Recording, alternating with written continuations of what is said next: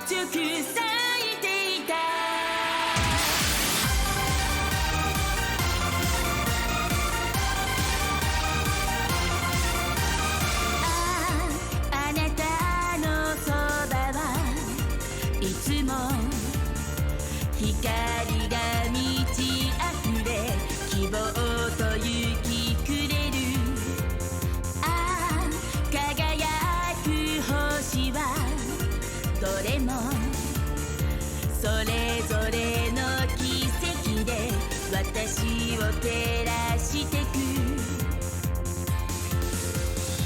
この世界は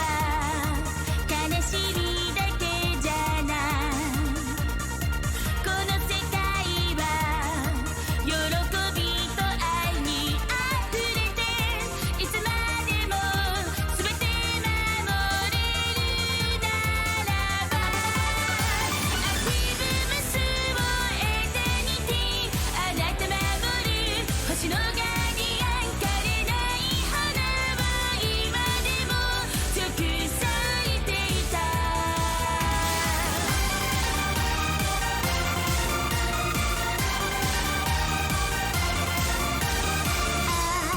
たとえ世界が闇に震える時が来ても宿命は忘れない人はきっと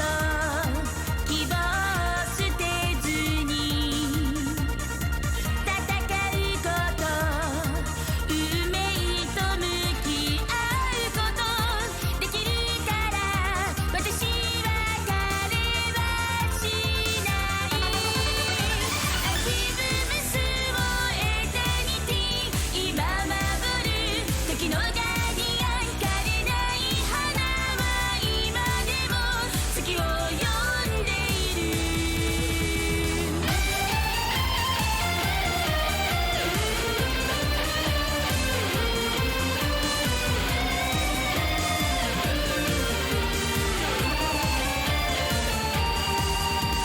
クティブマスをエタニティあなた守る星のガーディアン